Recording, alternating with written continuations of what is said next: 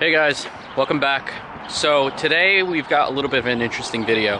I'm doing something to the Land Cruiser that I didn't originally plan on doing, but we're gonna go ahead and do it anyway because of necessity more than anything else. So this truck sits pretty tall because of that roof rack, and we can't really enter it in my barn or in the garage without having to remove that, and that's a two-person ordeal. Today what we're gonna be doing is putting an awning on the truck. Now you can buy stuff on Amazon online. What I originally wanted was a 270-degree awning, but the good ones are probably around $1,000. And given that I've got more service that I need to do on this truck, mainly, the rear main seal, that's about a $1,000 job. If I'm holding off on that, there's no way I'm going to be spending $1,000 on a 270-degree awning right now. So I got some supplies to make a DIY style awning for now. It was relatively cheap. All the supplies came in right at around $75. So we're gonna go ahead and give that a shot. Even though it's not raining today, it might tomorrow. So I just wanna get that set up so that I can have a space to work on this truck today and tomorrow. As I'm doing some work inside the car, we're just putting some speakers in there. And it's a little bit of custom work because the fitment's pretty tough. Probably not gonna film that because it's fairly standard, and there's a lot of videos that have gone over how to install speakers on a car. So we're gonna go over doing the awning, and if you guys stick around, there are some special off-road goodies coming later today. So to build this, I've purchased a few things at Harbor Freight and Home Depot. The main bread and butter is this right here, this canvas tarp. I chose to go with the canvas, even though it's a little bit more expensive than a generic plastic tarp, just because this looks a little bit better quality, and it looks more the part. It doesn't look like some janky thing that you just put together at home. So that's going to be the main, part of the actual awning itself. And then what I went ahead and got was these two extendable paint poles from Home Depot. Now these can be found in a lot of people's DIY awning systems, and I liked this because they're pretty cheap. If it breaks, it's easily replaceable. So I was looking to get 3 of these, 2 being legs that would support up the far end of the awning away from the vehicle, and then 1 longer one that would go along the length of it across the roof rail. But unfortunately, these only expand out to 6 feet. And as you can see, this is a 6x8, and I'm planning to have the 8-foot section go along the edge of the car. So I had to just get 2 of these, and then I've got 4 hooks here. So my plan is to take 2 of these hooks and actually mount them wherever they fit on the roof rack itself, going into the D-rings of the tarp. And then for the far ends where it would droop, I'm going to be using these magnetic hooks right here that will just go on, one will go right over here on this end of the vehicle and one on the far corner of the front roof near the A-pillar. And these are rated at 65 pounds. I don't know how it's going to do, but we'll give that a shot. And then we got some stakes from Harbor Freight. These are to hold the far end of the tarp down. We're going to use these straps to cinch it up, and we're going to use the remaining 2 clips or S-hooks over here to keep tension on the tarp itself. So I'm going to start taking some of these things apart and assembling it, and we'll see how it goes. Alright, so before it gets really cold, I did get this done quickly. I want to film it for you guys, but the temp's dropping really fast, so I thought I would show you the setup real quick. So what we've got here, like we said, in here you'll see that there are hooks both on that point right there and moving down again right there. And then we have these magnetic clips on either ends. Right now I have it on the tailgate right over here. Obviously I can shift the tent more towards the driver, the front of the vehicle, so that both of the magnetic mounts sit on the body of the vehicle. But for right now, for trial purposes, it's working fine. And then we have the paint poles, the telescoping paint poles. I had to shave down this a little bit, the threads, so that I could fit this as well as the eyelet on the tarp itself. So that's all set over there, and then that comes down, just rests on the floor. And then we've got some stakes in the ground, and then this cord right here, which has an adjustment buckle right there. So you just tension it up as you need. Obviously this is not the optimal angle, that's kind of why you see the droop in the middle. But if I did have a bit more grass on either end, I'd be able to get that taut and keep the top straight. So that's kind of what it looks like. I think it's pretty good. Definitely serves its purpose. And for under $100, you can't beat it. that's what it looks like. I just went out to the hardware store, got some more stuff to do the speakers. But as soon as I came back, I noticed the package came, so I took it out of the box. Can you guys guess what it is? These here are replica max tracks. So what these do are they're traction boards. So let's say you get stuck, you're cross-axled. Let's say you're articulated and the passenger rear wheel and the front driver wheel were to lose traction. You can stuff these boards under those wheels and get yourself traction out of a sticky situation. These work good for getting out of ditches, wherever you just need a little bit of traction, maybe some sand. Another cool thing with these are that when you flip them over and you use these handles right over here, you can use the ends as shovels. So if I'm driving in snow and I need to recover myself or just cut out a little groove to get some momentum, I can use them for that. I'm planning on mounting it on the roof rack right back here because I am going to be using this side of the vehicle primarily for the tent itself, as we just saw. So should look pretty cool with those on. So I'm going to try and mount them up. I did buy some hardware. I don't know if it's going to work, but there are these holes right here. So a D-ring of some sort to go up on top of the roof rack and hold both of those together. We're going to give it a shot.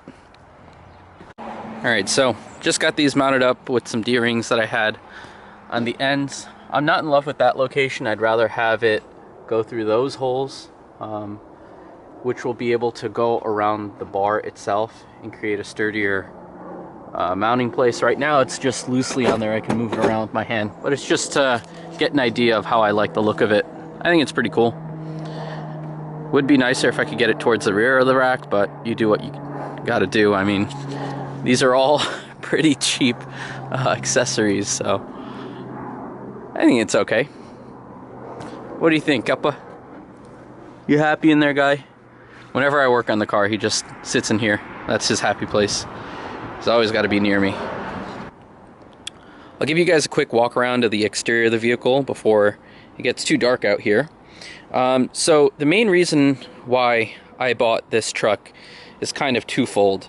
One, I needed a larger vehicle than my daily driver, which is right there, to kind of haul my dog around, do some furniture moving, things of that nature.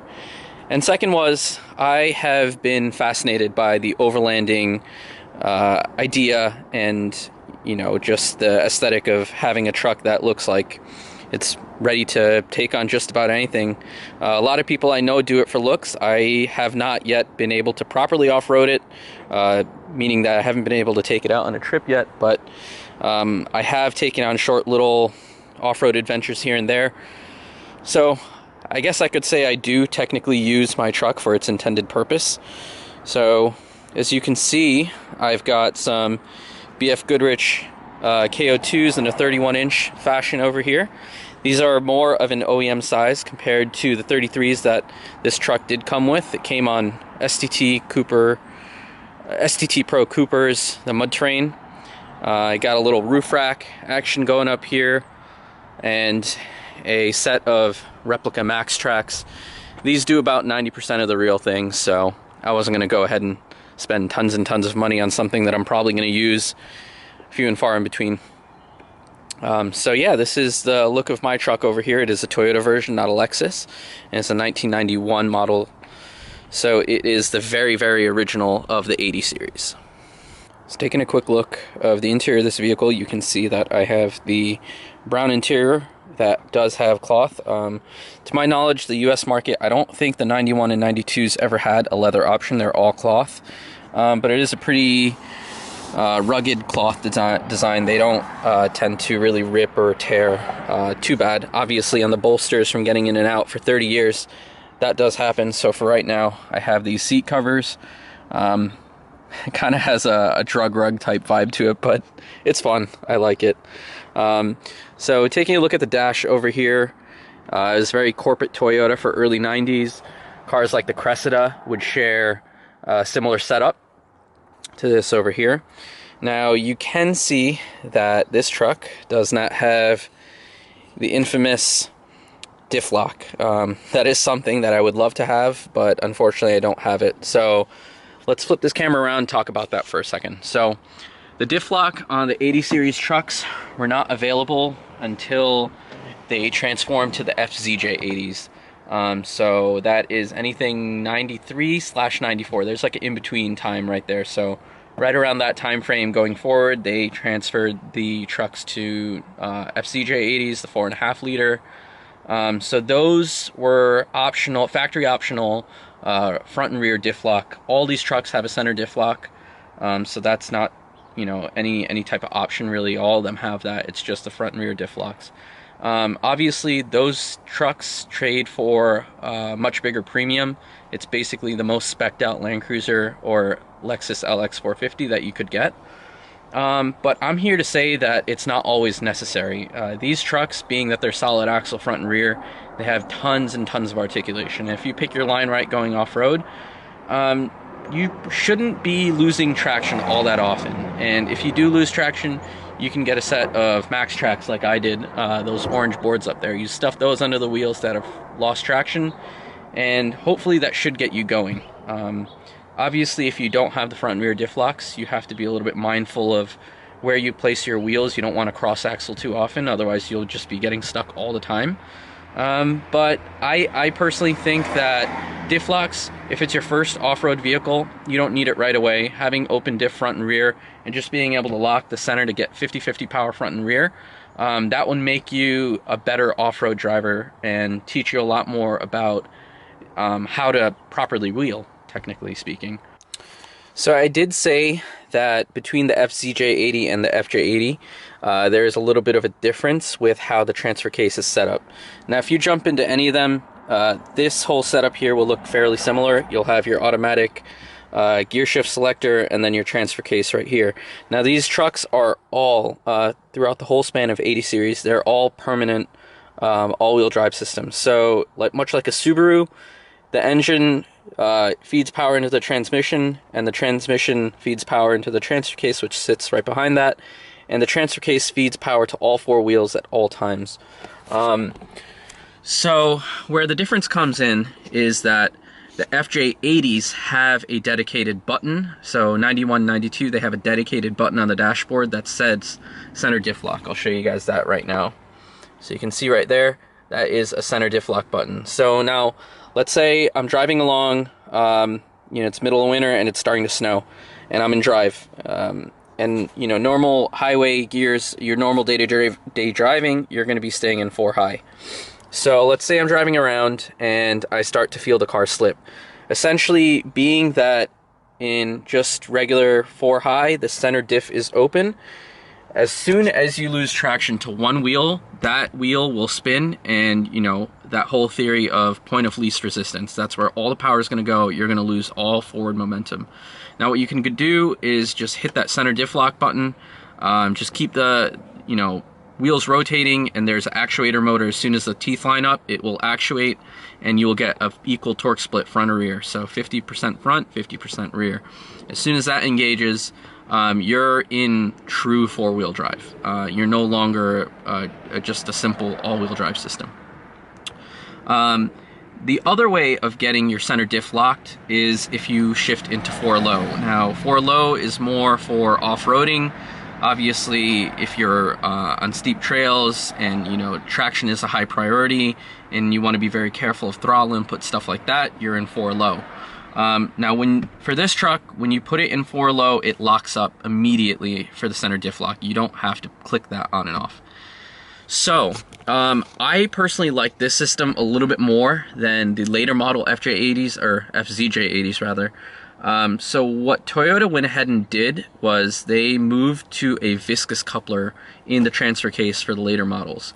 So what that did was, in that scenario where I'm saying, you know, you're just driving along in 4 high and the truck decides to lose traction, that viscous coupler would sense that through mechanical resistance, and it would send power front and rear 50-50 pretty much on its own. Now, that system was all great when it was brand new, but, you know, fast forward about 30 years, which is about the age of these vehicles, 20 to 30 years, it's not working so great anymore. So if you hop on the forums, especially like I hate mud, you'll see commonly talked about the 7-pin mod. So what people do is they take that center diff lock button, or any button for that matter that has the same style relay, and they put it in their dash, and there are pre-existing wires to control the center diff lock. So they will get the later models to have basically the same features as this one over here. For the most part, it should work, but it can be problematic. So, you know, I don't like problems. I like things being as original as possible, work as the factory intended. You know, they were the engineers, they're the ones that designed it. If I can have it that way, that's how I like it served up. So that is another reason why I like the FJ80 in comparison to the FZJ80. Now, there is one thing that bears mentioning. The FJ80s do not have disc brakes all the way around. So the front does have disc brakes, but the rears unfortunately have drums. So a lot like a Toyota Tacoma. Let's take a peek down here. You can see that these are drum brakes. Disregard that e-brake that is disconnected. That is still something that's kind of in the works. That whole rear end kind of needs some freshening up. Moving into the second row, you will see that there is a little bit of a platform here. So I'm going to leave that for just a few minutes. We're going to talk more about that when we get to the actual back of the truck. You can see that I did retain the rear seats here, so if I were to move this panel, I can definitely get those seats back up and carry 5 people in a pinch if I needed to. I keep this area mainly for storage. I got a snatch strap there. I usually keep a few chairs, snow tool, you know, whatever I need to access quickly, I usually keep it right in there. So this here is actually a sleeping platform that I designed myself. You know, it's just plywood, some carpet, pretty easy. I'll probably throw in a few photos with a voiceover over here to show you guys more about that. We are finally at the back of the truck. So you can see I've got, you know, my blanket, my pillow, all that stuff.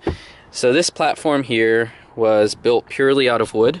I've got a framing that goes right over here, and then there's this huge empty cavity in the middle. So over here, you know, I've got all my tools, some recovery stuff, a jump pack, sleeping bag, a cooler in here, a stovetop, propane stovetop in there, emergency kit, and then I got a Tupperware that's just filled with a bunch of kitchen essentials and plates and some emergency food if I were in a pinch. So I did this because I knew that when I go camping on this truck, I wanted to sleep inside so that I could stay warmer, safer, and honestly save costs, because having a rooftop tent is very, very expensive, not to mention the amount of weight it adds and wind resistance it adds.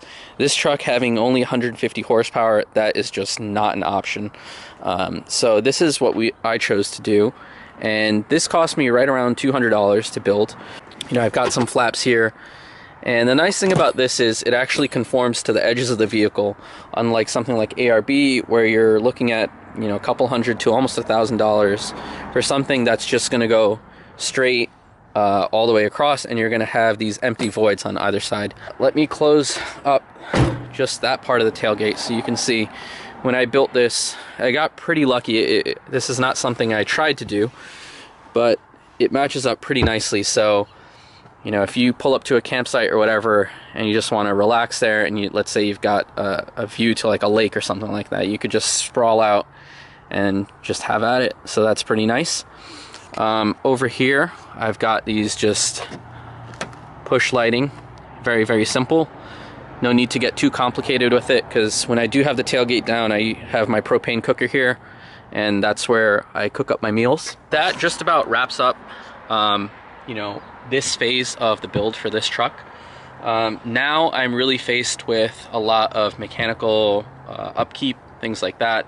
So I'm really not driving this truck all too much throughout the winter, just small trips in town here and there. The real things that I need to do are the rear main seal, the exhaust manifold gasket, and the intake manifold gasket.